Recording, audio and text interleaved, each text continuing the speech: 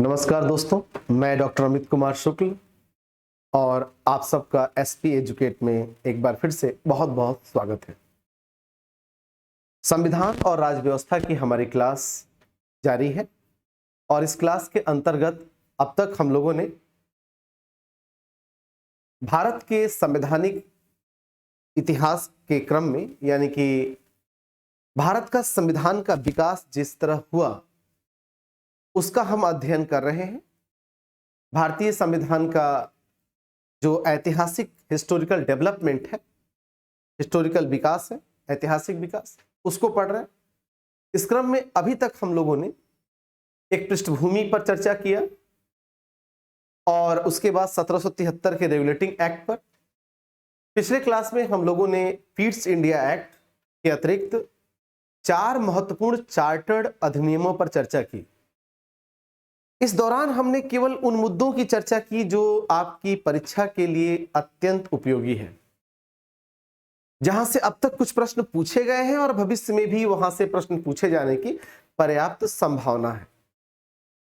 इस क्रम में मैंने आपको बताया था कि 1884 का फीड्स इंडिया एक्ट के बाद एक छोटा सा एक्ट आया था 1886 में भी, और उसके बाद 1893, उसके बाद मैंने कहा कि 1784 के फीड्स इंडिया एक्ट के बाद 1786 में एक छोटा सा एक्ट आया था और उसके बाद 1793, 1813 और 1833 तथा 1853 में 4 महत्वपूर्ण चार्टर्ड एक्ट आए थे, जिसकी हमने डिटेल में पिछले क्लास में चर्चा की थी। 1853 के चार्टर्ड एक्ट में पिछले क्लास में हमने बताया था कि अन्य चार्टर्ड एक्ट की तरह इसमें यह प्रावधान नहीं था कि कंपनी अगले 20 साल के लिए भारत पर शासन करे, बल्कि उसके जगह पर यह प्रावधान किया गया था कि अगले आदेश तक कंपनी भारतीय प्रशासन को देखेगी। अगले आदेश तक का क्या अभिप्राय है, वो कब आएगा यह नहीं बताया गया था। यानी कहीं ना कहीं भारत में ईस्ट इंडिया कंपनी का भविष्य अंधकार में था। मैंने कहा था 1773 के रेगुलेटिंग एक्ट से 1853 के चार्टर्ड एक्ट तक क्रमिक रूप से कहीं ना कहीं ईस्ट इंडिया कंपनी को ब्रिटिश संसद के अधीन, क्राउन के अधीन लाने की कोशिश की गई थी, जिसमें ब्रिटिश सरकार बहुत हद तक सफल हो गई थी। यही कारण था कि अब ईस्ट इंडिया कंपनी का जो भारत को जीतने का कार्यक्रम था, प्लान था, उद्देश्य था, वो पूरा हो गया था और उसकी बहुत आवश्यकता ब्रिटिश सरकार को भी भारत में नहीं थी। साम्राज्यवादी ब्रिटिश शासन के लिए कंपनी न केवल भारत को जीती बल्कि मुखौटे का भी काम की। अगर भारतीयों में रोष है, क्षोभ है उस समय, तो उसे कंपनी के विरुद्ध क्षोभ है, ईस्ट इंडिया कंपनी के नाम से क्षोभ है। भारतीयों में ये वैचारिक स्तर पर भरने की कोशिश की गई। भारतीयों के बीच यह विचारधारा का प्रसार किया गया, इस विचारधारा का, कि ईस्ट इंडिया कंपनी दोषी नहीं है और यदि ऐसा कर पाने में विदेशी लेखक, साम्राज्यवादी इतिहासकार असफल होते हैं तो मान भी लेते हैं कि हां, कहीं कहीं ईस्ट इंडिया कंपनी से चूक हुई, किंतु वो कतई ये नहीं मानते कि साम्राज्यवादी ब्रिटिश शासन से भी ऐसी चूक हुई। यानी अगर भारतीयों का गुस्सा फूटे भी तो रानी या क्राउन के विरुद्ध न फूटे, ब्रिटिश सरकार के विरुद्ध न फूटे, उनका गुस्सा अगर फूटे भी तो ईस्ट इंडिया कंपनी पर फूट कर रह जाए। धीरे धीरे ईस्ट इंडिया कंपनी 1857 तक आते आते बदनाम हो गई। 1857 के क्रांतिकारी आंदोलन को दमन करने के उपरांत अब ब्रिटिश सरकार को भी लग गया कि ईस्ट इंडिया कंपनी के नाम से तो हिंदुस्तान में शासन करना संभव नहीं है, क्योंकि लोगों में अगर गुस्सा पैदा हुआ है तो कंपनी के विरुद्ध पैदा हुआ। इसीलिए मैंने कहा था कि कंपनी का शासन समाप्त करके क्राउन का शासन, संसद का शासन, ब्रिटिश संसद का शासन भारत में स्थापित किया गया। यानी भारतीय शासन को ब्रिटिश क्राउन के अंतर्गत करने का जो मुख्य उद्देश्य था वो यही था कि ब्रिटेन का शासन बना रहे लेकिन मुखौटा हट जाए, दोष कंपनी के सर चला जाए। इसी कड़ी में मैंने कहा कि जब 1858 में 1857 के क्रांतिकारी आंदोलन का दमन कर दिया गया, तब ब्रिटिश संसद द्वारा 1858 में भारत शासन अधिनियम लाया गया और इसके तहत कई महत्वपूर्ण प्रावधान किए गए। तो आइए, आज का हमारा पहला टॉपिक है 1858 का भारत शासन अधिनियम। 1858 का भारत शासन अधिनियम, समझिएगा, 1858 का भारत शासन अधिनियम, ये बड़ा महत्वपूर्ण टॉपिक है। अब इस समय 1858 के इस भारत शासन अधिनियम के तहत क्या क्या प्रावधान किया गया। सबसे पहला जो महत्वपूर्ण बात है वो ये है कि ईस्ट इंडिया कंपनी का शासन समाप्त कर दिया गया।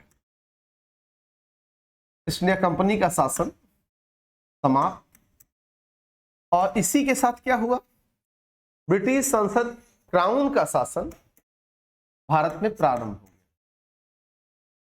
इसको आप समझिए, 1858 के भारत शासन अधिनियम के द्वारा भारत से ईस्ट इंडिया कंपनी का शासन समाप्त कर उसके स्थान पर ब्रिटिश संसद, ब्रिटिश क्राउन का शासन शुरू हुआ। जब मैं ब्रिटिश संसद, ब्रिटिश क्राउन कहता हूं तो उसका तात्पर्य यह है कि ब्रिटेन में संसदीय शासन प्रणाली है और उसका संवैधानिक प्रमुख वहां का राजा है, राजा या रानी जो भी हो। तो ब्रिटेन में इस समय रानी का शासन था, क्राउन रानी, यानी कि राजा या रानी जो उस समय सत्ता में है। संवैधानिक राजतंत्र है ब्रिटेन में, तो संवैधानिक राजतंत्र के अंतर्गत इस समय जो शासिका थी, साम्राज्ञी थी, वो एक रानी थी। तो समझिएगा, इस समय विक्टोरिया वहां की रानी थी, queen Victoria. East India company का जो शासन था इस समय समाप्त हो गया और क्राउन का शासन इसके द्वारा शुरू हुआ। भारतीयों को यह बताने की कोशिश की गई कि रानी का शासन जनता के लिए बड़ा उपयोगी होगा। जिस तरह रानी ब्रिटेन में लोगों का देखरेख करती हैं, ख्याल करती हैं, उनके हित से जुड़े निर्णय लेती हैं, वैसे ही भारत में भी रानी भारतीयों के हित से संबंधित कार्य करेंगी। इसलिए 1858 के भारत शासन अधिनियम को अच्छे शासन वाला अधिनियम नाम दिया गया। नाम क्या दिया गया? नाम दिया गया, क्या नाम दिया गया? अच्छे शासन वाला अधिनियम। समझिएगा, इसे अच्छे शासन वाला अधिनियम कहा गया। ऐसा कहकर के भारतीयों के मन में यह विचार लाने का प्रयास किया गया कि जो कुछ भी समस्या हुई थी वो ईस्ट इंडिया कंपनी के समय हुई थी, रानी के समय ऐसी कोई समस्या नहीं होगी। रानी वैसे ही शासन करेंगी जैसे रानी इंग्लैंड के लोगों के ऊपर करती हैं, मातामयी शासन, ताकि भारतीयों में सत्ता का बदलाव आसानी से स्वीकार किया जा सके। सत्ता का बदलाव अगर समाज स्वीकार नहीं करेगा तो विद्रोह की कहीं ना कहीं भावना बनी रहती है। इस विद्रोह की भावना का समन दमन तभी होगा जब कहीं ना कहीं भारतीयों के हृदय में यह बात बैठा दी जाए कि आने वाला शासन, रानी का शासन भारतीयों के हित से जुड़ा होगा। तो पहला पॉइंट मैंने कहा 1858 के भारत शासन अधिनियम का वो ये था कि ईस्ट इंडिया कंपनी का शासन इसी के साथ समाप्त कर दिया गया और भारत में क्राउन का शासन क्या हुआ, प्रारंभ हो गया। दूसरा महत्वपूर्ण पॉइंट क्या है, इसको समझिए। जैसे ही रानी का शासन समाप्त, जैसे ही क्राउन का ईस्ट इंडिया कंपनी का शासन समाप्त हुआ और क्राउन का शासन शुरू हुआ, यहाँ के जो गवर्नर जनरल थे उनका पद नाम, गवर्नर जनरल का जो पद नाम है उसे बदलकर वायसराय कर दिया गया, वायसराय कर दिया गया। समझिएगा, गवर्नर जनरल का पद नाम बदलकर क्या कर दिया गया, वायसराय कर दिया गया। और पहले वायसराय लॉर्ड कैनिंग बने। कॉन्सेप्ट पकड़िएगा, पहला वायसराय कौन बना, लॉर्ड कैनिंग बने। पहले वायसराय कौन थे, लॉर्ड कैनिंग बने। कॉन्सेप्ट पकड़ना, गवर्नर जनरल का पद नाम बदल दिया गया और बदलकर क्या कर दिया गया, वायसराय। तथा पहले मैंने कहा गवर्नर कौन बने, लॉर्ड कैनिंग बने। ये काफी महत्वपूर्ण है। ये ध्यान दीजिएगा कि जिस समय ये अधिनियम आया था, यानी कि 1858 का भारत शासन अधिनियम, उसमें ब्रिटेन के प्रधानमंत्री लॉर्ड डर्बी थे, समझिएगा, और वित्त मंत्री डिज़रायली। इस समय जब ये लाया था तो वहां के ब्रिटेन के जो पीएम थे, ब्रिटेन का जो पीएम थे वो लॉर्ड डर्बी थे। और ये इन्होंने, लॉर्ड डर्बी ने 1858 का भारत शासन अधिनियम अपने वित्त मंत्री अभी उस समय वित्त मंत्री डिज़रायली के माध्यम से प्रस्तुत किया था, डिज़रायली के द्वारा प्रस्तुत किया था, डिज़रायली के माध्यम से प्रस्तुत कराया था। इसको भी जान लीजिएगा, इंपॉर्टेंट है कि ब्रिटेन का पीएम उस समय कौन था 1858 के भारत शासन अधिनियम के समय, या जब क्राउन को सत्ता हस्तांतरित किया गया तो ब्रिटेन के पीएम कौन थे, तो लॉर्ड डर्बी थे। और वित्त मंत्री कौन थे, तो वित्त मंत्री लॉर्ड डिज़रायली या वित्त मंत्री डिज़रायली थे। इसको जानना बहुत जरूरी है। अब यहाँ पर एक मुद्दा समझिएगा। पिछले क्लास में मैंने 1784 का पीट्स इंडिया एक्ट की चर्चा की थी। उसमें एक पॉइंट रह गया था जिसका यहाँ फिर से चर्चा होनी। मैंने कहा था कि 1784 के पीट्स इंडिया एक्ट में, इसके माध्यम से ईस्ट इंडिया कंपनी का जो भारतीय शासन था, भारतीय गतिविधियां थी, उसको दो भागों में बांट दिया गया था। 1784 के पीट्स इंडिया एक्ट के द्वारा भारतीय गतिविधियों को, कंपनी की भारतीय गतिविधियों को दो भागों में बांट दिया गया था। एक, याद करिए, मैंने कहा राजनीतिक गतिविधियां, और दूसरा व्यापारिक वाणिज्यिक गतिविधियां। भारत के राजनीति प्रशासन से संबंधित गतिविधियों की जिम्मेदारी बोर्ड ऑफ कंट्रोल को दे दी गई थी और व्यापारिक वाणिज्यिक गतिविधियों की जानकारी बोर्ड ऑफ डायरेक्टर्स के पास थी। अर्थात नियंत्रक मंडल के पास राजनीतिक गतिविधियों की जिम्मेदारी तथा निदेशक मंडल के पास व्यापारिक गतिविधियों की जिम्मेदारी थी। 1784 में जो ये द्वैध प्रणाली शुरू हुई थी कंपनी के अधीन, वो 1858 तक बनी रही थी, चलती आई थी। 1858 में आकर इस अधिनियम के द्वारा, समझिए, इस अधिनियम के द्वारा क्या हुआ कि 1784 से चले आ रहे द्वैध प्रणाली, कंपनी में जो द्वैध प्रणाली आ रही थी, चले आ द्वैध प्रणाली को समाप्त कर दिया गया, समाप्त कर दिया गया। 1784 से चले आ रहे द्वैध प्रणाली को क्या किया गया, इस समय समाप्त कर दिया गया। ये बहुत ही महत्वपूर्ण है। अब समझिएगा, इसके अतिरिक्त हमें क्या दिखाई देता है, इंपॉर्टेंट समझिए। ब्रिटिश साम्राज्य की ओर से, ब्रिटिश रानी की तरफ से, ब्रिटिश साम्राज्य की ओर से भारत का शासन एक भारत सचिव को सौंप दिया गया। अब समझिएगा, अभी तक भारत का शासन ईस्ट इंडिया कंपनी के माध्यम से देखा जाता था। वो राजनीतिक गतिविधियों के लिए बोर्ड ऑफ कंट्रोल को उत्तरदायित्व सौंपा गया था। लेकिन अब संपूर्ण भारतीय गतिविधियों का संचालन करने के लिए, समझिएगा, साम्राज्यी ब्रिटिश रानी की ओर से, मैंने कहा, एक भारत सचिव को रखा गया था।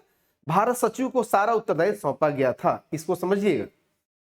ये यानी कि हम कह सकते हैं कि साम्राज्य की ओर से भारतीय जो गतिविधि है, साम्राज्य की ओर से संपूर्ण भारतीय गतिविधियों की का उत्तरदायित्व भारत सचिव को सौंपा गया। ठीक है, भारत सचिव को सौंपा गया। काफी इंपॉर्टेंट है। अब ये भारत सचिव कौन है? तो आइए भारत सचिव कौन है इसके बारे में थोड़ा जाने। भारत सचिव ब्रिटिश मंत्रिमंडल का सदस्य होता था और इसका जो कार्य था और यह अपने कार्यों के लिए संसद के प्रति उत्तरदायी था। He was responsible towards parliament of Britain. तो भारत सचिव अब भारतीय गतिविधियों के लिए जिम्मेदार है और इसकी नियुक्ति कौन किया गया? ब्रिटिश साम्राज्य की तरफ से किया गया है भारतीय गतिविधियों को देखने के लिए, तथा यह अपने कार्यों के लिए किसके प्रति उत्तरदायी है? तो ब्रिटिश संसद के प्रति उत्तरदायी है। तो ये पॉइंट आपने देखा जो काफी इंपॉर्टेंट है भारत सचिव के संदर्भ में। अब भारत सचिव को सहायता देने के लिए, कॉन्सेप्ट पकड़ेगा, इस भारत सचिव को सहायता देने के लिए एक 15 सदस्यीय, काफी इंपॉर्टेंट है,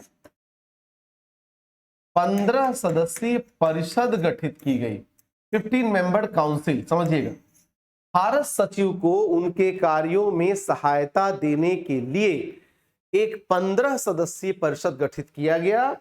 अर्थात भारत सचिव जो भी काम करेगा, उसकी जो भी क्रियाविधि गतिविधि होगी, उस क्रियाविधि या उस गतिविधि को सहायता देने के लिए एक 15 सदस्यीय काउंसिल का गठन किया गया। ये काफी इंपॉर्टेंट है, इसे समझिए।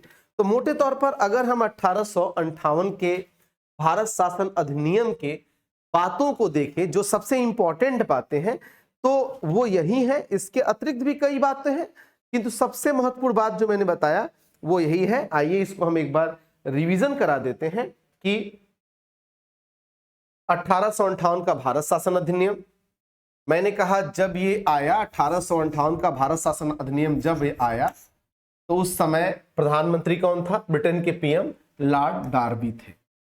1858 का अधिनियम ब्रिटिश संसद ने प्रस्तुत कौन किया था? तो लॉर्ड डार्बी के वित्त मंत्री, यानी कि उस समय के तात्कालिक वित्त मंत्री ब्रिटेन के, डिज़रायली द्वारा प्रस्तुत किया गया था। कॉन्सेप्ट पकड़िएगा, इंपॉर्टेंट है। फिर मैंने क्या कहा, इस अधिनियम के द्वारा क्या किया गया था? तो इस अधिनियम के द्वारा ईस्ट इंडिया कंपनी का भारतीय शासन समाप्त कर दिया गया और उसके स्थान पर क्राउन का शासन शुरू हुआ। आगे मैंने आपको बताया, चौथा पॉइंट, गवर्नर जनरल का पद नाम वायसराय कर दिया गया। और पहले वायसराय कौन बने थे? पहले वायसराय बने लॉर्ड कैनिंग। पांचवा पॉइंट हमने बताया कि 1784 से चले आ रहे द्वैध शासन, यानी कोर्ट ऑफ डायरेक्टर्स और बोर्ड ऑफ कंट्रोल, निदेशक मंडल और नियंत्रक मंडल के द्वारा संपूर्ण भारतीय गतिविधियों का संचालन होता था, राजनीतिक और व्यापारिक। अब इसको समाप्त कर दिया गया और अब इसको समाप्त करने के बाद क्या किया गया? संपूर्ण गतिविधियों के लिए, समझिएगा, संपूर्ण गतिविधियों के लिए क्या किया गया? साम्राज्य की ओर से एक भारत सचिव की नियुक्ति की गई और भारत सचिव को सहायता देने के लिए 15 सदस्यीय एक परिषद गठित किया गया। और मैंने कहा कि इस अधिनियम को कहा गया, क्या नाम दिया गया 1858 के अधिनियम को? अच्छे शासन वाला अधिनियम। तो ये था, समझिएगा, 1858 का भारत शासन अधिनियम। ये बहुत ही महत्वपूर्ण है, इसमें से कई प्रश्न आ चुके हैं, इसको रिवीजन बार बार करेंगे तो कभी ये भूलेगा नहीं। आइए अब हम देखते हैं परिषद अधिनियम। परिषद अधिनियम, परिषद अधिनियम समझिए।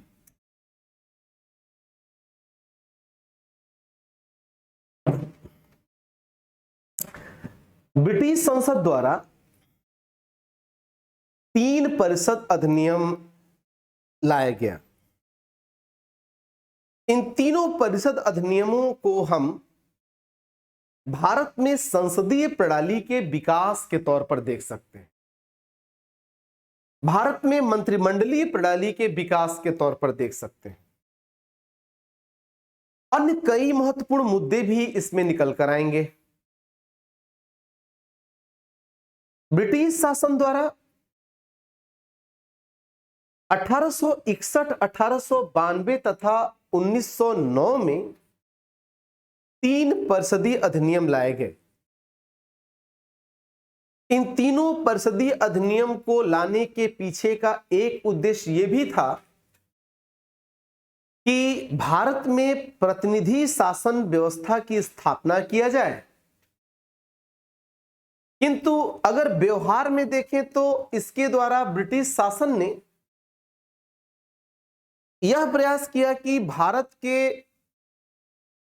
भारतीय जनता को शासन में ला करके, शासन में कुछ पद दे करके धीरे धीरे क्रमिक तौर पर उनके क्षोभ को, उनके विद्रोह को उत्पन्न होने से रोका जाए। यानी भारतीयों के बीच ब्रिटिश शासन के विरुद्ध 1857 की तरह किसी बड़े विद्रोह का सृजन न हो पाए भारतीयों द्वारा, इसका प्रयास भी कहीं न कहीं ब्रिटिश सरकार द्वारा किया जा रहा था, ताकि भारतीयों को यह महसूस होता रहे कि उन्हें भी शासन प्रशासन में स्थान मिल रहा है, रिप्रेजेंटेशन मिल रहा है, और वो उनकी भावना इसके द्वारा सेटिस्फाई होती रहे, संतुष्ट होती रहे। यही कारण है कि हम 1861 के परिषद अधिनियम, 1892 के परिषद अधिनियम तथा 1909 के परिषद अधिनियम के द्वारा क्रमिक रूप से भारतीय परिषद का विकास दिखाई देता है, जिसमें प्रतिनिधियों की संख्या में निरंतर बढ़ोतरी दिखाई देती है। बावजूद इसके ये एक ऐसा प्रयास था ब्रिटिश सरकार द्वारा जो केवल और केवल भारत में अपनी दीर्घजीवी शासन को या अपने शासन को दीर्घजीवी बनाने के लिए किया जा रहा था। इसी कड़ी में हम इन तीनों ही भारत परिषद अधिनियम को देखें, ताकि यह आप आसानी से समझ सकें कि कैसे ब्रिटिश शासन भारत में अपने शासन को न केवल दीर्घजीवी बनाना चाहता है, बल्कि वह भारतीयों के बीच आगे चलकर भारतीयों के बीच ही सांप्रदायिक वैमनस्यता भी पैदा करना चाहता है, ताकि भारतीय कभी एकजुट न हो सके और 1857 की तरह से कोई विप्लव उनके सामने, कोई विद्रोह न हो सके। तो आइए इस कड़ी में सबसे पहले हम भारतीय परिषद अधिनियम या परिषद अधिनियम के तहत पहला पढ़ते हैं 1861 का भारतीय परिषद अधिनियम। बहुत इंपॉर्टेंट है, इसको समझिए, क्योंकि 1858 के भारत शासन अधिनियम के मात्र 3 वर्ष के अंदर ही 1861 का भारतीय परिषद अधिनियम आ गया था। आइए देखते हैं इसके प्रमुख प्रावधान क्या है। इस अधिनियम के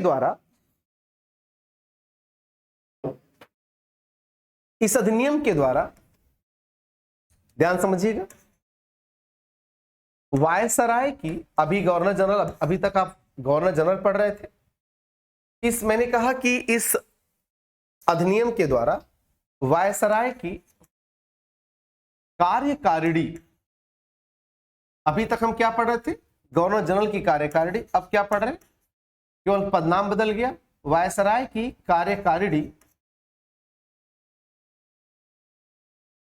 मैंने कहा कि वायसराय की कार्यकारिणी में जो सदस्य थे ना, सदस्यों की संख्या,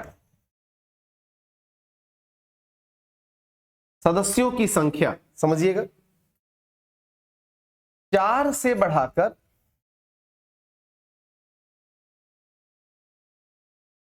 4 से बढ़ाकर स्थायी सदस्य हैं, कार्यकारिणी सदस्य हैं, विधायी सदस्य नहीं, 4 से बढ़ाकर 5 कर दिया गया। याद करिए, मैंने 1853 पढ़ाया था, वहां पर मैंने विधायी सदस्यों की बात की थी, लेकिन ये क्या थे, कार्यकारी सदस्य यहां पर है। तो वायसराय की कार्यकारिणी के सदस्यों की संख्या 4 से बढ़ाकर क्या कर दिया गया, 5 कर दिया गया। पहला मुद्दा, 1861 के भारत परिषद अधिनियम के तहत मैंने कहा वायसराय की कार्यकारिणी के सदस्यों की संख्या बढ़ाकर 4 से कितना कर दिया गया, 5 कर दिया गया। अब इसमें एक बात और समझिएगा कि 2 वर्ष के कार्यकाल के लिए, इसी में कार्यकाल के 6 से 12 अतिरिक्त सदस्यों को मनोनीत करने का प्रावधान किया गया। समझिएगा, इसी में क्या किया गया, दूसरा, इसी कार्यकारिणी में, यानी कि ये दूसरा पॉइंट है, ये पहला पॉइंट रहा, वायसराय की कार्यकारिणी में, वायसराय की कार्यकारिणी में केवल मैंने कहा 2 वर्ष के लिए, समझिएगा इनका कार्यकाल कितना होगा, केवल 2 वर्ष के कार्यकाल के लिए 6 से 12 अतिरिक्त सदस्यों को, कार्यकारिणी में 6 से कितना, 12, ये कितने हैं, अतिरिक्त सदस्य, एडिशनल, अतिरिक्त सदस्यों की नियुक्ति का प्रावधान। ये अतिरिक्त नहीं है, ये स्थायी है, समझिएगा। और ये क्या, अतिरिक्त है।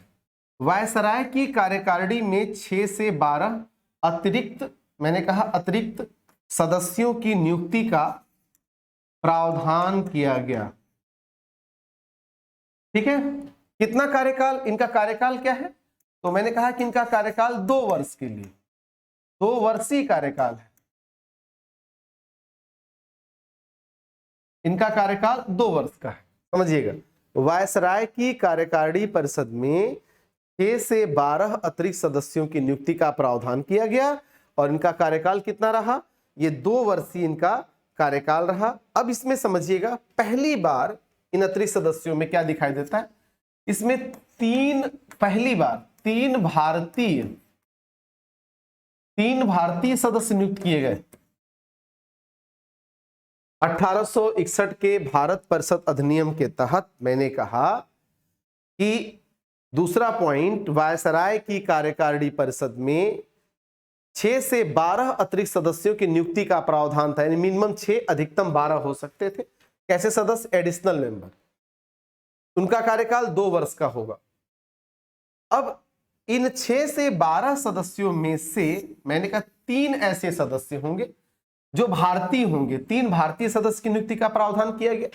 अर्थात पहली बार वायसराय की कार्यकारिणी में अतिरिक्त सदस्य ही क्यों न सही, भारतीयों को भी नियुक्त करने का प्रावधान किया गया और ये 3 भारतीय थे। समझिएगा, बहुत इंपॉर्टेंट है ये, यहां से पूछा जाता है आपको। पहला, बनारस के राजा, दूसरा पटियाला के राजा,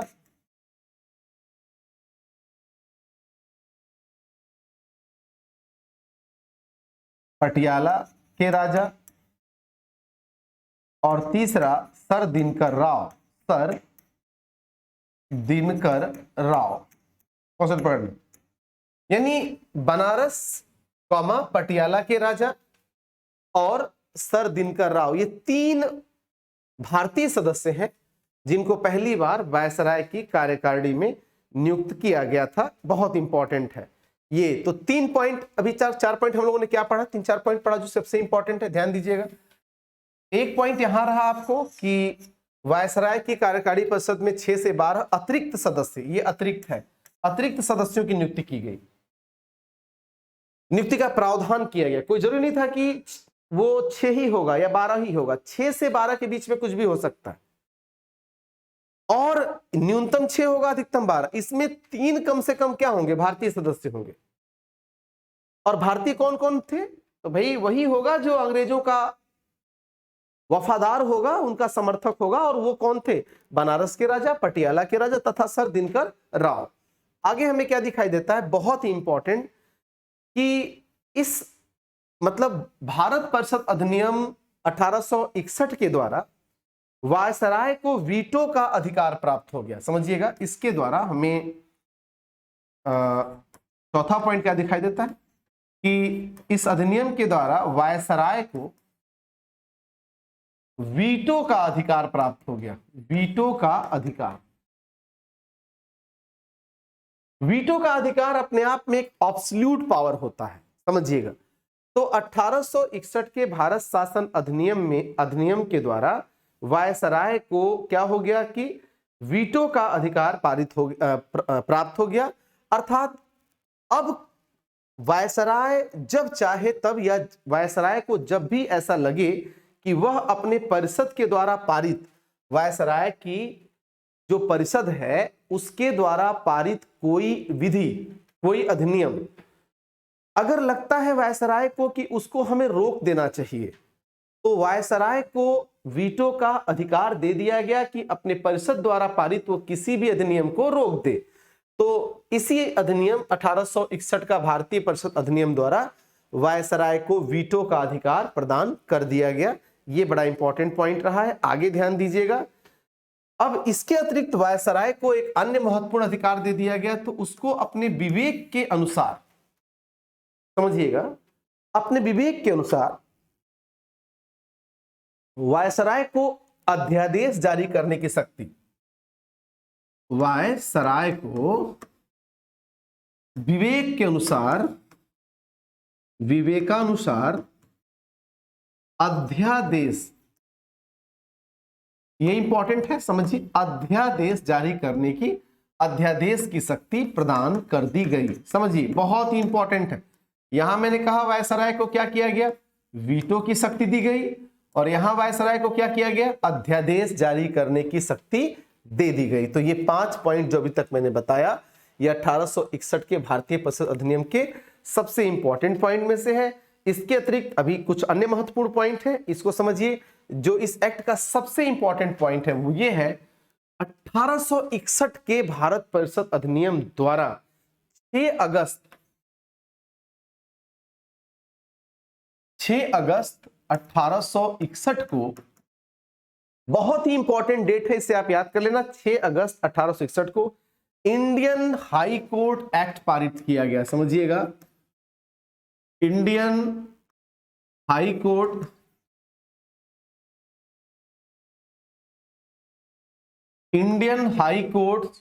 एक्ट पारित किया गया। 6 अगस्त 1861 को इंडियन हाई कोर्ट एक्ट पारित किया गया, और इस एक्ट को पारित करके, समझिए बहुत ही इंपॉर्टेंट है, इस एक्ट को पारित करके बंगाल, मद्रास और बंबई में एक एक उच्च न्यायालय की क्या की गई, स्थापना की गई। इस एक्ट के द्वारा, समझिए बहुत इंपॉर्टेंट है, बंगाल, मैंने क्या कहा, बंगाल, इस एक्ट के द्वारा क्या किया गया, तो बंगाल, मद्रास जो चेन्नई कहलाता है, तथा बॉम्बे, यहां पर एक एक हाई कोर्ट की स्थापना की गई। तो आपसे पूछिए कि आज जो बंबई हाई कोर्ट है, आज जो मद्रास हाई कोर्ट है, और आज जो कोलकाता हाई कोर्ट है बंगाल में, इन तीनों हाई कोर्ट की स्थापना किस एक्ट के द्वारा की गई थी, तो याद रखिएगा 1861 के भारत परिषद अधिनियम के द्वारा इन तीनों ही उच्च न्यायालयों की स्थापना की गई। और इसमें कहा गया कि एक मुख्य न्यायाधीश, समझिएगा, इसमें क्या कहा गया कि इसमें एक मुख्य न्यायाधीश होगा, इसमें एक मुख्य न्यायाधीश प्लस 15 क्या होंगे, न्यायाधीश होंगे, यानी कि जजेज, समझिएगा, जजेस। इसमें एक क्या होंगे, एक मुख्य न्यायाधीश तथा 15 क्या होंगे, मुख्य अन्य न्यायाधीश होंगे। इसको आपको समझना है। तो ओवरऑल ये आप क्लियर हो गया। 1861 के भारत परिषद अधिनियम में मैंने कहा 6 अगस्त 1861 को जो भारत परिषद अधिनियम आया था उसमें बंगाल, मद्रास तथा बॉम्बे में एक एक हाईकोर्ट की स्थापना की गई और इस प्रकार भारत में पहली बार हाईकोर्ट्स की स्थापना की गई थी। इसे समझिए। यहां तक एक बात आप जान लीजिए कि जो 1773 के रेगुलेटिंग एक्ट के द्वारा 1774 में जो कलकत्ता में सर्वोच्च न्यायालय की स्थापना की गई थी उसका अधिकार क्षेत्र सीमित था, क्योंकि उसका अधिकार क्षेत्र मैंने बताया था केवल कलकत्ता नगर तक था। और जब 1861 में कलकत्ता हाईकोर्ट बना तो वहां के सर्वोच्च न्यायालय का विलय हाईकोर्ट में कर दिया गया। अपने आप में क्या है, ये एक हास्यास्पद भी लगता है सुनने में, किंतु ऐसा ही है, क्योंकि सर्वोच्च न्यायालय का दायरा बड़ा सीमित था और जो उच्च न्यायालय बना संपूर्ण बंगाल के लिए बना। Is it right? तो अब समझिएगा, जब संपूर्ण बंगाल के लिए बना तो उसमें वहां का जो बंगाल के मतलब कलकत्ता के नगर के लिए सर्वोच्च न्यायालय बना था उसका विलय किस में कर दिया गया, बंगाल हाईकोर्ट में कर दिया गया। तो यहां पे समझना होगा कि भारत में प्रश्न पूछेगा आपसे कि भारत में इंडियन हाईकोर्ट एक्ट कब आया, अंग्रेजी शासन के अधीन इंडियन पहली बार इंडियन हाईकोर्ट एक्ट कब आया, तो आप बोलेंगे 6 अगस्त 1861 को इंडियन हाईकोर्ट एक्ट आया। अब इस हाईकोर्ट एक्ट के द्वारा कुल कितने उच्च न्यायालयों की स्थापना की गई, तो कुल 3 उच्च न्यायालयों की स्थापना की गई, बंगाल हाईकोर्ट, मद्रास हाईकोर्ट तथा बॉम्बे हाईकोर्ट। और इसके कितने मेंबर्स थे, तो एक जो थे चीफ जज और 15 क्या थे, एडिशनल अतिरिक्त जज यानी कि अन्य जज, एक मुख्य न्यायाधीश और 15 अन्य न्यायाधीश, एडिशनल नहीं बल्कि न्यायाधीश जज, तो 1 + 15। और ये तीनों ही उच्च न्यायालयों के लिए है। हर उच्च न्यायालय में एक मुख्य न्यायाधीश होगा तथा 15 क्या होंगे, न्यायाधीश होंगे। तो ये प्रावधान किससे जुड़ा हुआ था, ये 1861 के भारत शासन अधिनियम के द्वारा जुड़ा हुआ था।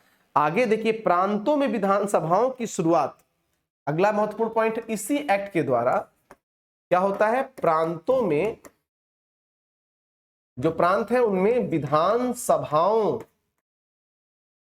इसी एक्ट के द्वारा 1861 के भारत परिषद के द्वारा ही प्रांतों में विधानसभाओं की शुरुआत हुई और सबसे पहले कहा हुआ, बंबई और मद्रास में अस्तित्व में आया। प्रांतों में विधानसभाओं की शुरुआत हुई, प्रांतों में विधानसभा की शुरुआत, और सबसे पहले कहां हुआ, बंबई तथा मद्रास में इसकी शुरुआत हुई थी। बंबई से तथा मद्रास प्रांत से विधानसभाओं की शुरुआत हुई। समझिए, काफी इंपॉर्टेंट है। और इस तरह से क्या दिखाई देता है, विधायी विकेंद्रीकरण की शुरुआत हुई। विधायी मतलब विधि बनाने की अलग अलग संस्थाओं की शुरुआत हुई। आपको मैं चलिए यहां पर एक तुलनात्मक अध्ययन करके बताऊं। जब 1773 का रेगुलेटिंग एक्ट पारित हुआ तब से क्या दिखाई देता है, कलकत्ता का जो गवर्नर है उसे गवर्नर जनरल बना दिया गया और धीरे धीरे सभी तरह के सभी प्रकार के विधायी अधिकार, राजनीतिक संधियां करने का अधिकार, युद्ध करने का अधिकार आदि सारे अधिकार किसको दे दिए गए थे, कलकत्ता के गवर्नर, बंगाल के गवर्नर जनरल के अधीन कर दिए गए थे। यानी कहीं ना कहीं केंद्रीकरण हो रहा था हर चीज का। यहां पर विधायी विकेंद्रीकरण दिखाई देगा, यानी विधि बनाने की अब केवल एकमात्र संस्था बंगाल नहीं होगी, बंगाल में ही नहीं बनाई जाएगी, या केंद्रीय विधानमंडल ही नहीं होगा, गवर्नर जनरल की कार्यकारी परिषद नहीं होगी, बल्कि अब विधि बनाने के लिए क्या किया गया, तो प्रांतों में विधानसभाओं की स्थापना की गई और इस तरह से विधायी क्या हुआ, विकेंद्रीकरण की शुरुआत हुई। इस प्रकार हम कह सकते हैं कि क्या हुआ, विधायी विकेंद्रीकरण की शुरुआत हुई, विधायी विकेंद्रीकरण की शुरुआत हुई। ये बड़ा इंपॉर्टेंट है, विधायी विकेंद्रीकरण की शुरुआत इसी के साथ हमें दिखाई देती है। आगे हम क्या देखेंगे, सबसे इंपॉर्टेंट है, वायसराय को यह अधिकार दिया गया कि वो नए प्रांतों का गठन कर सके तथा उपराज्यपालों की नियुक्ति कर सके। समझिएगा, 1861 के भारत परिषद अधिनियम के द्वारा वायसराय को यह भी अधिकार दिया गया कि वह उपराज्यपालों की नियुक्ति कर ले। समझिए, उपराज्यपालों की नियुक्ति जहां उसे जरूरत हो वहां उपराज्यपाल नियुक्त कर ले, और उसको लगता है कि नए प्रांतों का गठन होना चाहिए तो नए प्रांतों का गठन भी करे। प्रारंभ में हमें 3 प्रांत ही दिखाई देते हैं, बंबई प्रांत, मद्रास प्रांत, बंगाल प्रांत, लेकिन आगे चल के क्या संयुक्त प्रांत भी दिखाई दिया, मध्य प्रांत दिखाई दिया, पंजाब प्रांत दिखाई दिया, यानी कई महत्वपूर्ण प्रांतों का वो गठन भी कर सकता था। यानी पहली बार आपसे पूछा जाए वायसराय को प्रांतों के गठन का अधिकार किस अधिनियम द्वारा प्रदान किया गया, तो वायसरायों को प्रांतों के गठन का अधिकार 1861 के भारत परिषद अधिनियम द्वारा प्रदान किया गया। तो अभी जो मैंने आपको पढ़ाया वो क्या था, 1861 का भारत परिषद अधिनियम। अब आगे चलते हैं 1892 के भारत परिषद अधिनियम की तरफ, जो काफी इंपॉर्टेंट है, इसे समझिए।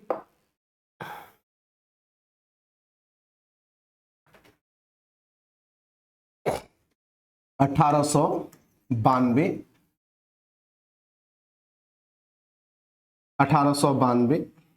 का भारत परिषद अधिनियम काफी इंपॉर्टेंट। 1892 का भारत परिषद अधिनियम।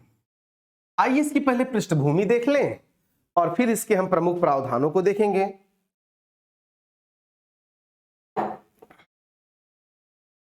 1892 की भारतीय परिषद अधिनियम 92 का, यह परिषद अधिनियमों की कड़ी में दूसरा परिषद अधिनियम था। 1892 तक क्या दिखाई देता है कि भारत में न केवल कांग्रेस पार्टी का स्थापना हो चुकी है 1885 में ही, बल्कि अब राष्ट्रीय आंदोलन व्यवस्थित तरीके से आगे बढ़ रहा था नरमपंथियों के नेतृत्व में, और नरमपंथियों की मांग संवैधानिक सुधारों की थी। इस समय कुछ गर्मपंथी भी कांग्रेस के मंच से जुड़ चुके थे, जैसे बाल गंगाधर तिलक, लाला लाजपत राय। उनकी अपनी विचारधारा थी इस संबंध में कि वो कहीं ना कहीं उनकी विचारधारा उग्र थी और वो भारत भारतीयों के लिए जैसी संकल्पना के साथ आगे बढ़ रहे थे। और नरमपंथी जो इस समय राजनीति के केंद्र में थे, वो भी सरकार द्वारा किए जा रहे सुधार से खुश नहीं थे। उनकी अपनी मांगे थी, उन मांगों को वो शासन से मनवाना चाहते थे। भारत में सही अर्थों में 1892 तक जाते जाते राष्ट्रीय आंदोलन का सूत्रपात हो चुका था, व्यवस्थित तरीके से हो चुका था। अब ऐसे में शासन के सामने एक दबाव दिखाई देता है कि वो अधिनियम के माध्यम से, अगले अधिनियम के माध्यम से जो 1892 में आया था, भारतीयों के न केवल प्रतिनिधित्व को बढ़ाया जाए बल्कि भारतीयों को संतुष्ट करने का प्रयास किया जाए, ताकि भारतीय किसी बड़े आंदोलन की तरफ अग्रसर न हो। इसी पृष्ठभूमि में हम 1892 के भारतीय शासन अधिनियम को देखते हैं, भारतीय परिषद अधिनियम को देखते हैं। 1892 के भारतीय परिषद अधिनियम को हम इसी पृष्ठभूमि के तहत देखते हैं। इसके जो प्रमुख प्रावधान है उसमें हम क्या देखते हैं कि इस अधिनियम के द्वारा परिषद में अतिरिक्त सदस्यों की संख्या बढ़ाकर 10 से 12 कर दी गई। देखिए ध्यान से, आप अगर यहां देखेंगे तो क्या दिखाई देगा, मैंने क्या कहा था, परिषद में अतिरिक्त सदस्यों की संख्या 1861 के समय कितनी दिखाई देती है, तो 6 से 12। अब कितना कर दिया गया, तो 10 से 16 कर दिया गया। समझिए, तो सबसे पहले क्या किया गया कि परिषद में, मैंने कहा गवर्नर जनरल की कार्यकारी परिषद में अतिरिक्त सदस्यों की संख्या, अतिरिक्त सदस्यों की संख्या बढ़ाकर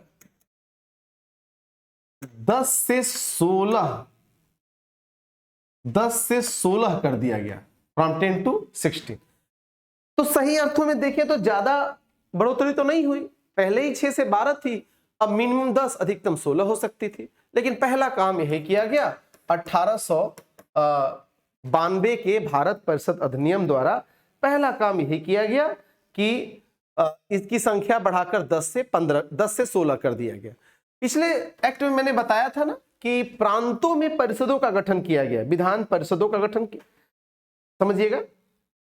अब प्रांतों में विधानसभाओं, विधान परिषदों का गठन किया गया था। तो इस अधिनियम के द्वारा क्या किया गया, इसी प्रकार प्रांतीय विधान परिषदों की संख्या भी बढ़ा दी गई। ये तो केंद्रीय विधान परिषद बनेगा, प्रांतीय विधान परिषद की संख्या भी क्या की गई, संख्या भी बढ़ा दी गई। इसे समझिए, ये गवर्नर जनरल की कार्यकारी परिषद है, गवर्नर जनरल की कार्यकारी परिषद। अब गवर्नर जनरल कार्यकारी परिषद में हमने पहला पॉइंट क्या देखा कि इसमें अतिरिक्त सदस्यों की संख्या बढ़ाकर 10 से 16 कर दी गई, और प्रांतीय विधानसभा परिषद की संख्या भी मैंने क्या कहा कि अब इसके माध्यम से प्रांतीय विधानसभाओं की संख्या भी बढ़ा दी गई। यानी कुल मिलाकर हमें चाहे केंद्रीय परिषद हो या प्रांतीय विधान परिषद हो, उसकी संख्या को बढ़ाया गया, ये दिखाई देता है 1892 के परिषद अधिनियम द्वारा। ठीक है। अब इसके साथ केंद्रीय विधान परिषद के सदस्यों को बजट पर बहस करने, आलोचना करने का अधिकार प्राप्त हो गया। समझिएगा, अब जो केंद्रीय विधान परिषद है, केंद्रीय विधान परिषद, इनके जो सदस्य हैं, केंद्रीय विधान परिषद के सदस्यों को कई अधिकार दिए गए। जैसे अब वो क्या कर सकते थे, तो वो बजट पर बहस कर सकते थे सदस्यों को। तो कैसे सदस्य, केंद्रीय विधान परिषद के सदस्यों में कैसे सदस्य, गैर सरकारी सदस्य। केंद्रीय विधान परिषद के हमने क्या, गैर सरकारी सदस्य, इसको समझना होगा।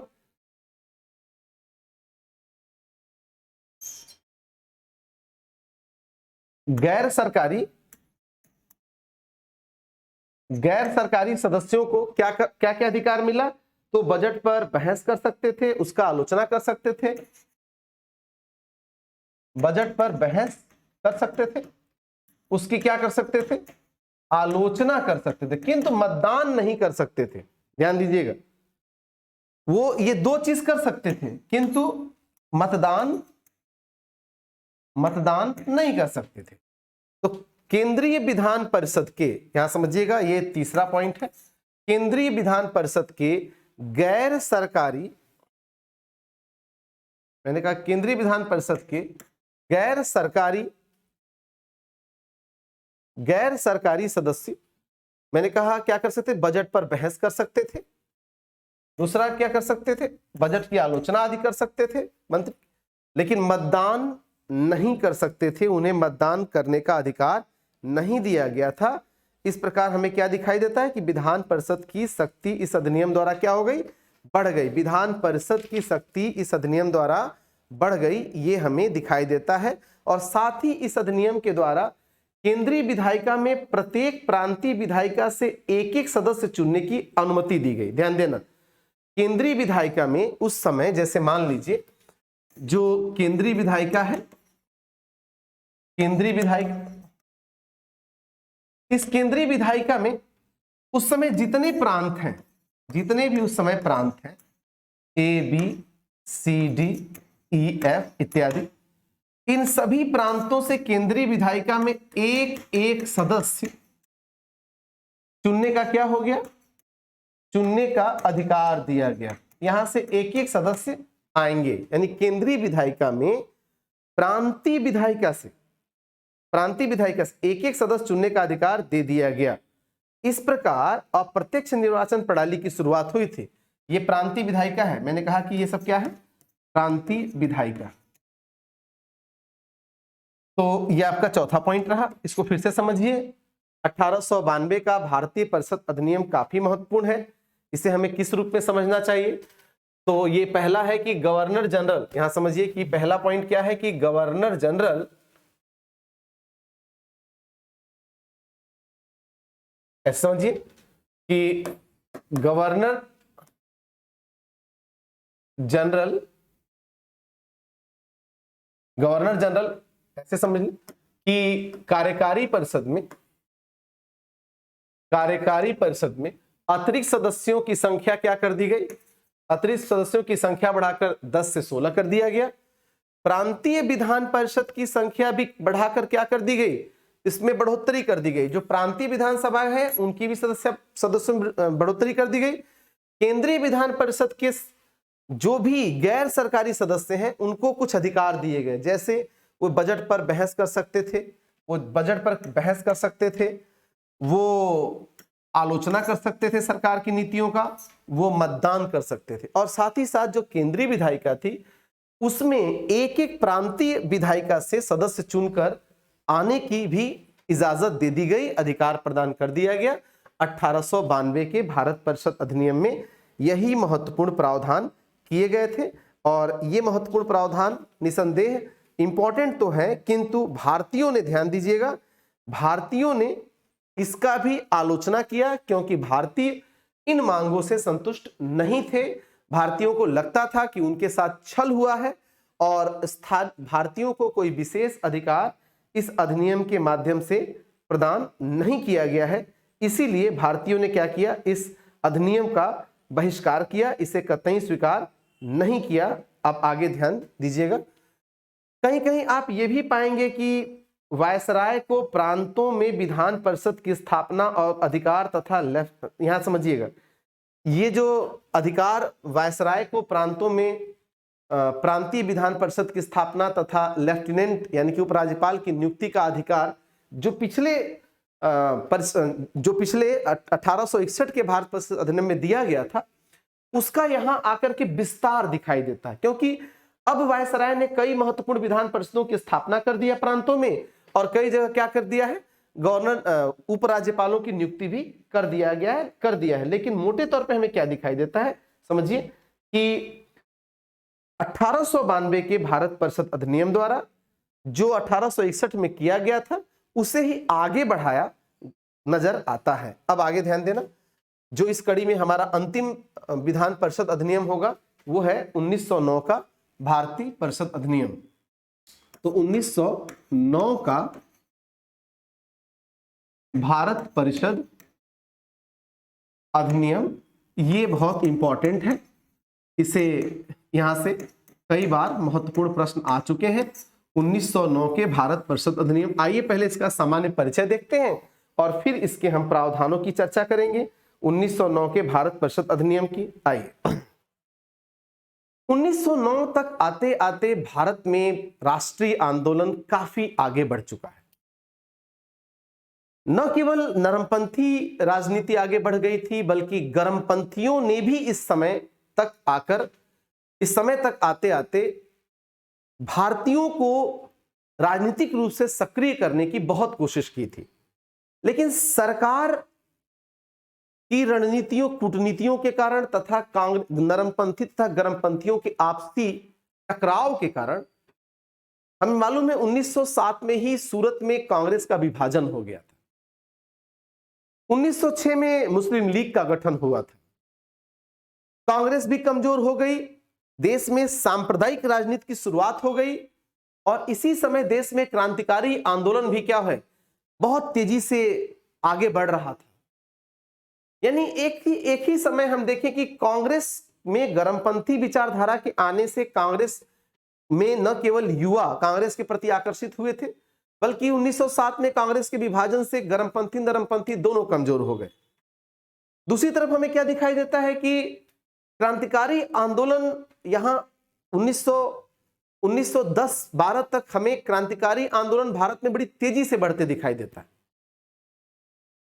और तीसरी तरफ हमें क्या दिखाई देता है कि सांप्रदायिक राजनीति भारत में अब तेजी से आगे बढ़ रही थी, जिसके सूत्रधारों में पहले हम सर सैयद अहमद खां का नाम देखें, और अब जो है इस समय मुस्लिम लीग का 1906 में स्थापना हुई थी, जिसके द्वारा सांप्रदायिक राजनीति आगे बढ़ रही थी। अंग्रेजों को लगा कि यही अवसर है कि भारतीय राष्ट्रीय राजनीति जो कमजोर हुई है, आपस में गर्मपंथी नरमपंथी विचारधारा के कारण जो कांग्रेस का बिखराव हुआ है, क्यों न ऐसा किया जाए कि यह फूट और बढ़ जाए, न केवल एक संस्था का फूट बल्कि भारतीय समाज और धर्म के बीच एक व्यापक फूट बढ़ जाए, देश की गंगा जमनी संस्कृति सदैव के लिए छिन्न भिन्न हो जाए।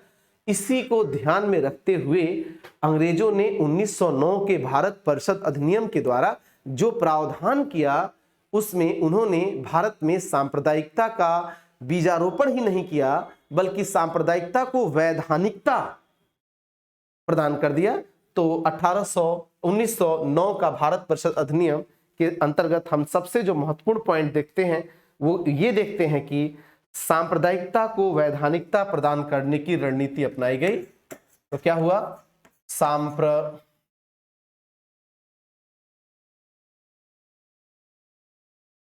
सांप्रदायिकता को वैधानिकता प्रदान करने का प्रयास किया गया। अब क्या है इसके तहत? इसके तहत ब्रिटिश सरकार ने क्या किया? भारत के मुसलमानों के लिए पृथक निर्वाचक मंडल का प्रावधान कर दिया। पृथक निर्वाचक मंडल का तात्पर्य क्या है? सांप्रदायिक आधार पर पृथक निर्वाचक मंडल के द्वारा मुसलमानों को शेष धर्मों के संप्रदायों के लोगों से अलग उन्हें भारत में निर्वाचन का क्षेत्र प्रदान किया, जिसमें मुस्लिम प्रजा ही, मुस्लिम जनता ही मुस्लिम अपने प्रतिनिधियों का निर्वाचन करेगी। ऐसे में क्या होगा कि हमेशा हमेशा के लिए देश में एक ऐसी राजनीतिक विचारधारा, एक ऐसी प्रणाली की शुरुआत हो जाएगी जिसके द्वारा कभी भी एक नेता हिंदू मुस्लिम सिख ईसाई या सभी संप्रदायों का नेता न बन करके अपने ही जाति, अपने ही धर्म का नेता बन जाएगा, और इस तरह से देश संप्रदाय के आधार पर सदैव के लिए बंट जाएगा। तो यहां हमें यही दिखाई देता है कि सांप्रदायिकता को वैधानिकता प्रदान करने का प्रयास हुआ, अर्थात पृथक सांप्रदायिक निर्वाचक मंडल का प्रावधान किया गया। अब यहां पे समझिएगा, यहां पर हमें क्या दिखाई देता है, समझिए एक बहुत इंपॉर्टेंट बात कि एक तो ये हुआ, यानी कि सांप्रदायिकता को वैधानिकता प्रदान करने का प्रयास, अर्थात इसको पूरा हम कर लेते हैं, अर्थात सांप्रदायिक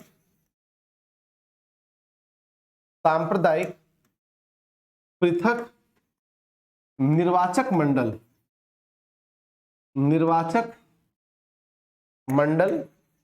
मुसलमानों के लिए दिया गया। मुसलमानों के लिए क्या दिया गया? पृथक सांप्रदायिक निर्वाचक मंडल या सांप्रदायिक पृथक निर्वाचक मंडल का प्रावधान किया गया।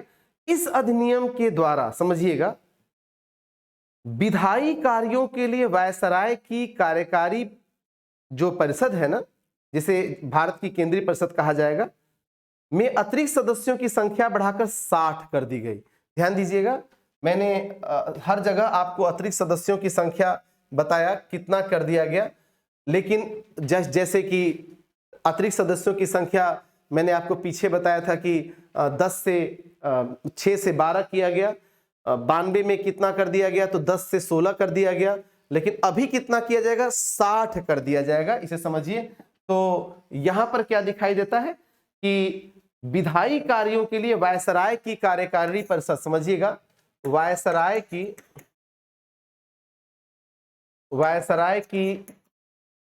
कार्यकारी परिषद में क्या होता है? तो विधायी कार्यों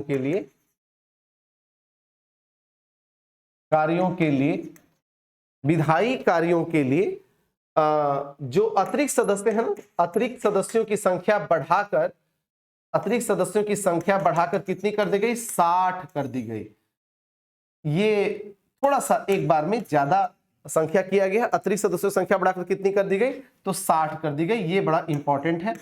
पहला तो पॉइंट आपने देखा, पृथक सांप्रदायिक नियोजक मंडल की व्यवस्था कर दी गई और इस समय क्या हो गया, अतिरिक्त सदस्यों की संख्या बढ़ाकर 60 कर दी गई।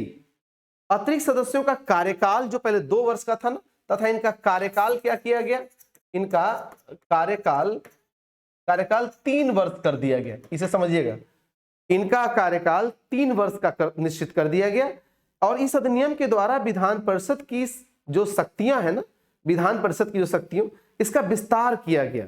अब सदस्यों को बजट पर आलोचना करने, प्रस्ताव लाने, अनुपूरक प्रश्न पूछने तथा अन्य प्रश्न पूछने का अधिकार दिया गया। मैंने पिछले अभी देखिए यहाँ पर पीछे मैंने आपको बताया था कि वो क्या कर सकते थे, बजट पर बहस कर सकते थे, सरकार की आलोचना कर सकते थे, किंतु मतदान का क्या उन्हें अधिकार, मतदान का अधिकार नहीं था। अब यहाँ क्या दिखाई देता है, अगले मतलब 1909 में उन्हें क्या दिखाई देता है, तो अब ये केवल बजट पर बहस ही नहीं कर सकते थे, बल्कि बजट पर बहस करने के अतिरिक्त ये बजट की आलोचना तो कर ही सकते थे जो पीछे ही प्राप्त था, ये प्रस्ताव ला सकते थे, अनुपूरक प्रश्न पूछ सकते थे, अन्य प्रश्न पूछने का भी अधिकार था। तो देखिए यहां पर ये बजट पर प्रश्न तो पूछ ही सकते थे, आलोचना भी कर सकते थे, ये प्रस्ताव ला सकते थे, साथ ही साथ क्या अनुपूरक प्रश्न पूछ सकते थे। अनुपूरक प्रश्न क्या होता है इसे समझिए। किसी एक विषय पर जब हम प्रश्न पूछें और आप मंत्री महोदय के उत्तर से हम संतुष्ट ना हो, तब हम उसी विषय से संबंधित एक दूसरा प्रश्न पूछें ताकि हमारा पिछले प्रश्न का जो अधूरा भाग है वो पूरा हो जाए, हमारी जानकारी पूरी हो जाए, उसे अनुपूरक प्रश्न कहते हैं। उसी विषय एक ही होगा। तो अब यहां पर इन सदस्यों को अनुपूरक प्रश्न पूछने का भी अधिकार दे दिया गया। कुल मिलाकर मैंने क्या कहा कि इस अधिनियम द्वारा विधान परिषद की शक्तियों का विस्तार किया गया। अब सदस्यों को बजट की आलोचना करने, प्रस्ताव लाने, अनुपूरक प्रश्न पूछने तथा अन्य प्रश्न पूछने का भी अधिकार दे दिया गया। ये काफी इंपॉर्टेंट है, ठीक है। अब 1909 के इस भारत परिषद अधिनियम द्वारा प्रतिनिधि निर्वाचन को स्पष्ट कर दिया गया। जितना भी प्रतिनिधिक निर्वाचन था उन्हें स्पष्ट कर दिया गया और सदस्यों के 2 वर्ग बनाए गए। समझिएगा, जो प्रतिनिधि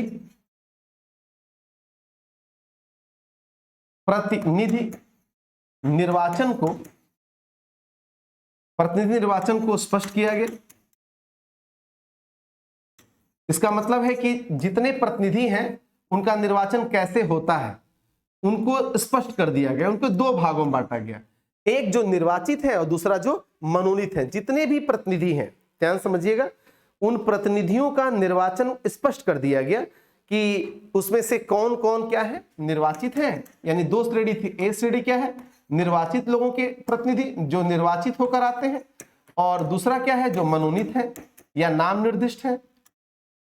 यानी 1909 के भारत परिषद अधिनियम द्वारा प्रतिनिधि निर्वाचन को स्पष्ट किया गया, अर्थात कौन कौन सा प्रतिनिधि निर्वाचित होकर आएगा और कौन कौन सा प्रतिनिधि जो है वो मनोनीत है। इस अधिनियम के द्वारा यह निर्धारित किया गया कि महिलाएं तथा वे सभी लोग जो 25 वर्ष से कम आयु के थे वोट देने का अधिकार नहीं है। समझिएगा, 25 वर्ष से कम आयु के लोग के लिए क्या कहा गया कि जो लोग 25 वर्ष से कम आयु के हैं, महिलाएं हैं या वे सभी लोग, महिलाओं को तो अभी वोट देने का अधिकार दिया ही नहीं गया। महिलाएं तथा वे सभी लोग जो 25 वर्ष से कम के थे उन्हें वोट देने का अधिकार नहीं है। 25 वर्ष से कम आयु के सभी तथा महिलाओं, मैंने महिलाओं के किसी उम्र की महिलाओं को दोनों को 25 वर्ष से कम आयु के लोग तथा महिलाओं को वोट देने का अधिकार नहीं है। वोट का अधिकार नहीं, इसमें स्पष्ट कर दिया गया। अभी इसके बाद महिलाओं को वोट देने का अधिकार मिलेगा 1919 के भारत शासन अधिनियम में, इसे समझिएगा। लेकिन इस अधिनियम में कहा गया 25 वर्ष से कम आयु की सभी महिलाओं, कम आयु की सभी नहीं, 25 वर्ष से कम आयु के सभी लोग सभी लोग तथा महिलाओं को वोट देने का अधिकार नहीं है। 1909 के भारत परिषद अधिनियम में ये बात स्पष्ट कर दी गई और मत देने के लिए संपत्ति की योग्यता रखी गई। समझिएगा, मत देने के वही मत दे सकता था जिसके पास एक निश्चित मात्रा में संपत्ति होगी, यानी योग्यता आयु नहीं है बल्कि क्या है, योग्यता संपत्ति है। कोई दिक्कत? और तो और इसमें एक भेदभाव क्या किया गया था, हिंदुओं, मुसलमानों तथा गैर मुसलमानों के बीच योग्यता को भी, योग्यता में भी भेदभाव रखा गया था। यह कहा गया था कि जहां हिंदुओं को मान के चलिए कि हिंदुओं को जितनी संपत्ति रखनी होगी मत देने के लिए जो योग्यता है, उससे कम संपत्ति मुसलमानों को रखनी होगी, यानी योग्यता में भी भेदभाव दिखाई देता है। तो 1800 मैंने कहा 1909 के भारत परिषद अधिनियम द्वारा क्या क्या स्पष्ट कर दिया गया। पहला पॉइंट कि सांप्रदायिकता को क्या किया गया, वैधानिकता बनाने का प्रयास किया गया, अर्थात सांप्रदायिक पृथक निर्वाचक मंडल मुसलमानों के लिए व्यवस्था की गई। दूसरा मैंने कहा वायसराय की कार्यकारिणी परिषद में विधायी, समझिएगा, विधायी कार्यों के लिए अतिरिक्त सदस्यों की संख्या बढ़ाकर कितनी कर दी गई, 7 कर दिया गया, तथा इनका कार्यकाल कितना कर दिया गया, 3 वर्ष का कर दिया गया। अगला मैंने कहा अब इन सदस्यों को क्या अधिकार मिल गया, बजट पर बहस करने का अधिकार पहले से था, आलोचना करने का अधिकार पहले से था, अब प्रस्ताव लाने का अधिकार, अनुपूरक प्रश्न पूछने का अधिकार, आलोचना करने के अतिरिक्त ये सब अधिकार इनको इस समय आकर के मिला 1909 के भारत परिषद अधिनियम के द्वारा। अगला पॉइंट हमने क्या कहा, अगला पॉइंट आपको प्रतिनिधि, यहां देखिए जितने रिप्रेजेंटेटर हैं, प्रतिनिधित्व निर्वाचन को स्पष्ट किया गया, प्रतिनिधि निर्वाचन को स्पष्ट किया गया, अर्थात कौन सा प्रतिनिधि निर्वाचित रूप से आएगा, निर्वाचन करके आएगा, और कौन कौन से प्रतिनिधि मनोनीत रूप से आएंगे। और लास्ट, और इसके अतिरिक्त हमने कहा 5वां पॉइंट, 25 वर्ष से कम आयु के सभी लोग तथा महिलाओं को अभी वोट देने का अधिकार इसमें नहीं दिया गया इस अधिनियम के तहत। साथ ही साथ वायसराय की कार्यकारिणी परिषद में बहुत इंपॉर्टेंट पॉइंट है, सत्येंद्र प्रसाद सिन्हा को शामिल किया गया। ध्यान दीजिएगा, यहां पर वायसराय की कार्यकारिणी परिषद में विधायी सदस्य के रूप में इन लोगों को शामिल किया गया था। पहली बार वायसराय की कार्यकारिणी परिषद में, पहली बार, ये विधायी नहीं बल्कि कार्यकारिणी परिषद में, समझिएगा, वायसराय की कार्यकारिणी परिषद में, वायसराय की कार्यकारिणी परिषद में क्या किया गया, एक कार्यकारिणी सदस्य की नियुक्ति की गई और उनका नाम बहुत इंपॉर्टेंट है, सत्येंद्र प्रसाद सिन्हा या एसपी सिन्हा। कौन थे वो? एसपी सिन्हा। में एसपी सिन्हा जैसे भारतीय को शामिल किया गया, सत्येंद्र प्रसाद सिन्हा को शामिल किया गया। तो आपसे पूछे कि विधायी सदस्य के अंतर्गत अतिरिक्त सदस्य के रूप में सबसे पहले कब शामिल किया गया, तो 1861 के परिषद अधिनियम के द्वारा 3 भारतीयों को शामिल किया गया था, महाराजा पटियाला, बनारस और सर दिनकर राव को उनके किस में शामिल किया गया है, अतिरिक्त सदस्य के रूप में शामिल किया गया। लेकिन वायसराय की कार्यकारिणी परिषद में पहली बार एक भारतीय को शामिल किया गया, उनका नाम था एसपी सिन्हा को सबसे पहली बार शामिल किया गया। ये एक महत्वपूर्ण पॉइंट है, इसको समझिएगा, छठा पॉइंट है। क्लियर है? तो इस तरह से हम लोगों ने क्या पढ़ा, ये 1909 का भारत परिषद अधिनियम देखा। इस अधिनियम का मैंने कहा कि नरमपंथियों ने पहले स्वागत किया, किंतु शीघ्र ही क्या किया, उन्होंने विरोध किया। ठीक है, ये समझिएगा, बहुत इंपॉर्टेंट है। समझिए 1909 का भारत परिषद अधिनियम को पहले क्या कहा, राष्ट्रवादियों ने समर्थन किया, लेकिन बाद में उन्होंने क्या किया, इसका विरोध किया था, क्योंकि उन्हें लगा कि शायद पिछले अधिनियमों की तुलना में इस अधिनियम में कुछ बेहतर भारतीयों के लिए प्रावधान किया गया है। किंतु हमें क्या दिखाई देता है, आगे चलकर इन्हें जल्दी ये पता चलता है कि नहीं, इन्होंने, अंग्रेजी शासन ने एक्चुअली भारतीयों को बहुत कुछ न दे करके बल्कि सांप्रदायिक आधार पर इस देश को बांटने की कोशिश किया है। इसीलिए कमांड परफॉर्मेंस, ध्यान दीजिएगा, कमांड परफॉर्मेंस कह करके इस अधिनियम का भारतीयों द्वारा, 1909 के भारत परिषद अधिनियम का भारतीयों द्वारा क्या किया गया, विरोध किया गया। तो इस प्रकार हम आज की क्लास में बहुत ही इंपॉर्टेंट टॉपिक भारत परिषद अधिनियम पढ़े हैं। भारत परिषद अधिनियम के अंतर्गत हम लोगों ने 3 भारत परिषद अधिनियम देखा, 1861 का, 1892 का तथा 1909 का भारत परिषद अधिनियम। इसके अतिरिक्त हम लोगों ने 1858 का भारत शासन अधिनियम भी देखा। और ये 3 महत्वपूर्ण अधिनियम में से कई बार आपके अलग अलग परीक्षाओं में बहुत से प्रश्न आए हैं। जो कल की हमारी क्लास होगी वो क्लास होगी भारत शासन अधिनियम 1919 तथा 1935 पर। और आपको मालूम है जितनी भी परीक्षाएं, जितने भी प्रश्न पूछे जाते हैं संवैधानिक विकास के क्रम में, उनमें से सर्वाधिक प्रश्न 1909, 1935, 1909, 1919 तथा 1935 से पूछा जाता है। तो कल की क्लास बहुत इंपॉर्टेंट होगी। तब तक के लिए नमस्कार।